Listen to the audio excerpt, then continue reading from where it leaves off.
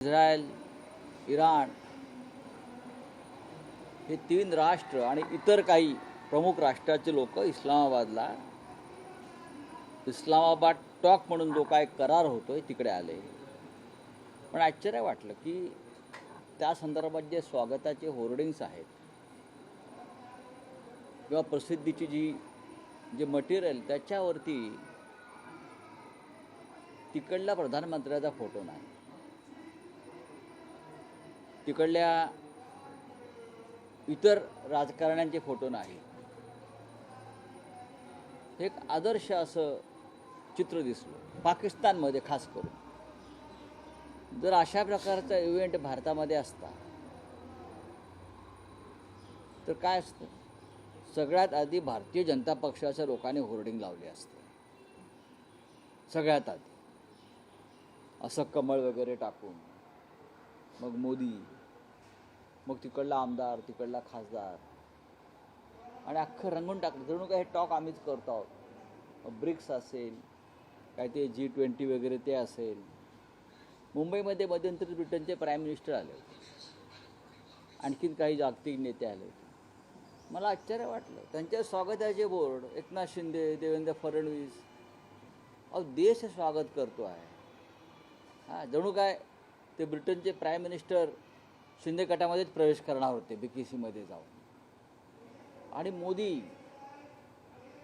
काही भान ठेवलं पाहिजे. ज्या पाकिस्तानला आपण अशिक्षित अडाणी म्हणतो, त्या पाकिस्ताननी भान काय असतं जागतिक घडामोडीत ते दाखवलं. म्हणून मी माझ्यासारख्या अनेकांनी इस्लामाबाद टॉक हे तेवढ्यापुरतंच घेऊन त्याला राजकीय पक्षीय रंग न देता, त्याचं श्रेय न घेता, पाकिस्तानच्या राज्यकर्त्यांनी कशा प्रकारे ते सगळं चित्र उभं केलं ते भारतीय लोकांनी त्याचा अभ्यास केला पाहिजे. किंवा मग पाकिस्तानच्या राज्यकर्त्यांनी मोदींकडून शिकलं पाहिजे की अशा घडामोडीमध्ये स्वतःचीच होर्डिंगबाजी कशी करावी. आपला आणखीन एक ट्विटद्वारे आपण इशारा दिला की ऑपरेशन टायगरचं वृत्त देणाऱ्या वृत्तपत्र आणि पत्रकारावर आपण कायदेशीर कारवाईचा इशारा दिला. खरं आहे, वारंवार खासदारांची फोटो आणि नावं टाकली जातात. ही त्यांची मानहानी आहे. हे पक्ष सोडणार, हे शिंदे गटाला मिळणार, एवढे फुटत आहेत. एका वृत्तपत्रानं मुंबई मिरर नावाच्या 8 खासदारांचे फोटो टाकले. त्यांना काय मान सन्मान प्रतिष्ठा आहे की नाही, स्वाभिमान आहे की नाही, त्यातल्या बहुसंख्य खासदारांनी त्याचा इन्कार केला. त्यांची मानहानी झाली, त्यांच्या प्रतिष्ठेला, त्यांच्या इब्रतीला धक्का बसला. तुम्ही कोण ठरवणार हे चाललेत किंवा ते चाललेत, त्या सुपाऱ्या कोणाच्या आहेत? ही कुठली पत्रकारिता आहे? या वृत्तपत्रावरती कायदेशीर कारवाईची प्रक्रिया सुरू आहे. त्यांना कायदेशीर नोटीस गेलेली आहे, त्यांना माफी मागावी लागेल. नाही, मी वारंवार सांगितलं तुम्हाला. हा प्रश्न तुम्ही मला 5व्यांदा विचारताय. 5व्यांदा. मी त्याला डिनर डिप्लोमसी मानत नाही. एका केंद्रीय मंत्र्याने जेवण ठेवलं, त्याला सगळे खासदार गेले. उलट रोहित पवारांनी ट्विट केलं आणि म्हणतात की पुढच्या महिन्याच्या शेवटपर्यंत सत्तेतल्याच एका मोठ्या पक्षाकडनं मित्र पक्षांची शिकार होणार आहे, ही पक्की माहिती आहे असं त्यांनी म्हटले. त्यासोबत त्यांनी खराब प्रकरण हे असंच बाहेर आलं नाहीये, तर ठरवून आणलं असं देखील ते ट्विटमध्ये म्हणतात. होय, मी स्वतः सुरुवातीला सांगितलेलं आहे. खरात बाबाचं प्रकरण साधं नाही आहे, त्याला राजकीय अँगल आहे. खरात बाबाच्या स्टेटमेंटमध्ये पोलिसांनी ज्या गोष्टी नमूद केलेल्या आहेत किंवा ज्या उगाळून घेतलेल्या आहेत त्या अत्यंत महत्त्वाच्या आहेत. जसे कोण किती मिनटं बोललं, कोणाशी बोललं, ही अत्यंत गोपनीय माहिती असते. पण मुख्यमंत्री कार्यालयांच्या मदतीनं ती माहिती बाहेर आली. कोणाला तरी ती माहिती बाहेर काढायची, की खराशी कोणते नेते कधी किती मिनटं किती वेळा बोलले, ही अत्यंत गोपनीय माहिती आहे. CDR वगैरे वगैरे वगैरे ती कोणाच्या व्हॉट्सअपवरती सहज पाठवत नाही. मला जे काय कळतं, जी का आम्ही इतके वर्ष पत्रकारिता आणि राजकारणामध्ये काम केलेलं आहे त्यानुसार ही माझी माहिती आहे. CDR मला मिळणार नाही, मी खासदार आहे इतके वर्ष. मला कोणी देणार नाही किंवा माझ्या व्हॉट्सअपवर कोणी पाठवणार नाही. ज्याच्या हातामध्ये सूत्र आहे ते गृहमंत्रालय किंवा मुख्यमंत्री, त्यांच्या मदतीशिवाय CDR तुम्हाला मिळू शकणार नाही. त्याच्यामुळे जे ते म्हणतायत ते सत्य आहे की खरात बाबाच्या माध्यमातून अनेक गोष्टी उघड केल्या जातील. खराच्या खांद्यावर बंदूक ठेवून शिकार कोणाची करायची असं रोहित बघा, पवारांना खरात संकेत द्यायचे? एक शिकार लक्षात कोणाची होणार? बघा, खरातचे खांदे म्हणजे काय असे महान खांदे नाही आहेत, एका ढोंगे बुवाचे खांदे आहेत. पण या ढोंगी बुवाच्या पायाशी चरणाशी बसून फडणवीस मंत्रिमंडळातले काही मंत्री, राजकारणी, अधिकारी जे का उपद्व्याप करत होते त्याची माहिती समोर आली का आपोआप सगळ्यांचे बळी जातीलच. फडणवीस हे देवेंद्र फडणवीस हे अशा बाबतीमध्ये त्यांचा तो छंद आहे बळी घेणं हा. सुधाकरराव नाईकांचं एक वाक्य होतं, शिकार टप्प्यात आले की बार उडवायचा. फडणवीस म्हणजे सुधाकरराव नाईक नाहीत, पण त्यांना अशा प्रकारच्या शिकारीचा नाद आहे. सरकारकडे अनेक पुरावे आहेत, जेलमध्ये आयुष्यभर राहतील असे पुरावे सरकारकडे आहेत. कोणाचे? खरात संदर्भातले पुरावे. बघा, आता खरात हा विषय मागे पडला आणि खराच्या माध्यमातून जे शिकार होणार आहे ते विषय महत्त्वाचे आहे. खरातचं काय होणार आहे सगळ्यांना माहिती आहे. खरात फाशीवर जाईल, खरातला जन्मठेप होईल, या सगळ्या गोष्टी सोडून द्या.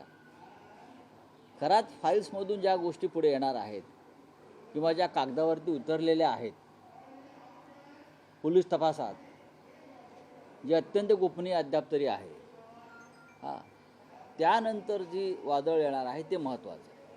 SIT तक्रार केलेली आहे बीडच्या एका व्यक्तीने की सुमित्रा पवारांच्या जीवाला धोका आहे. नाही, ठीक आहे, बोला. छगन भुजबळांचं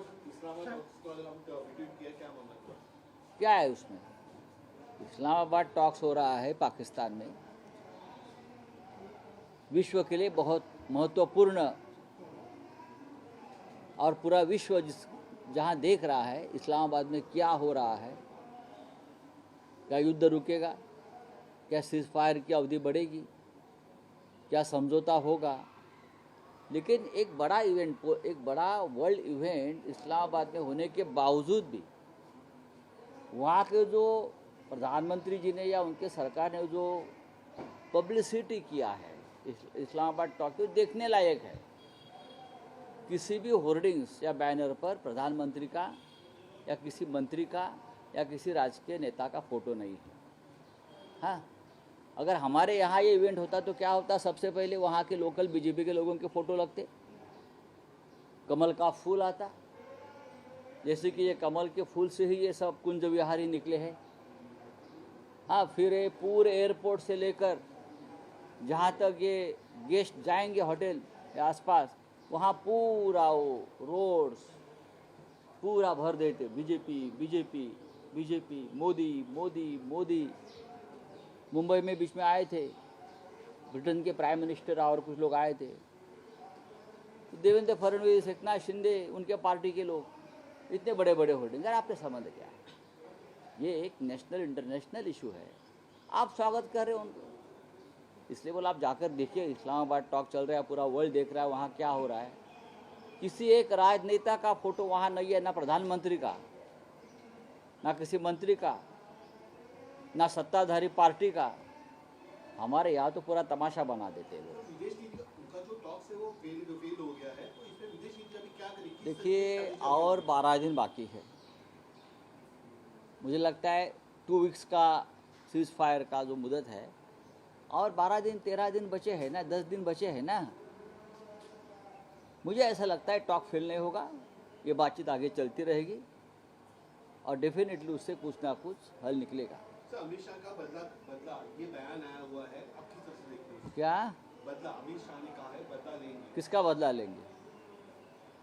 किसका बदला लेंगे? आपके हाथ में है क्या? जब तक आपके पास सत्ता है, ईडी सीबीआई है, पुलिस है, तब तक आप ये भाषा करते रहेंगे.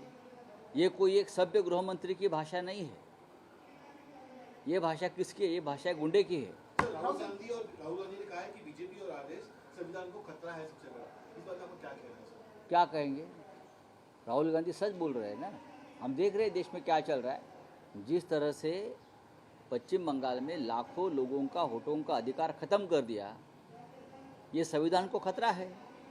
आप विशिष्ट जाति धर्म के लोगों को वोट नहीं करने देते, जो इस देश के अधिकृत नागरिक है।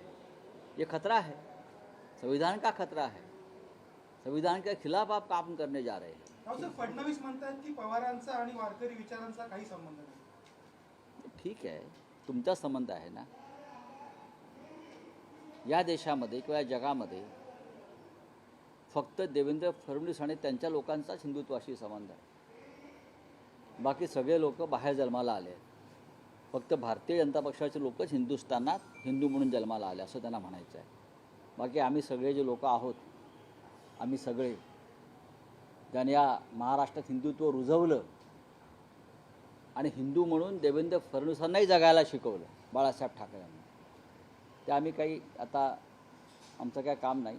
आता ते शंकराचार्य आहेत, ते शंकराचार्य आहेत ना. आता ते आपापल्या मठात बसून हिंदुत्वाचा विचार जो मांडतात, जो काय मांडतात आपल्याला माहिती आहे. ते जे हिंदुत्व मांडतात ते हिंदुत्व नाही. त्यांचं हिंदुत्व खराचं हिंदुत्व आहे. भाजपचं हिंदुत्व आहे खराचं हिंदुत्व आहे. भाजपचं हिंदुत्व तो कोणी आधुनिक बुवा पकडला नाही, यंदे काय फंदे एरंडे, त्यांचं हिंदुत्व आहे जे आम्ही कधीच स्वीकारलं नाही. चला, थँक्यू.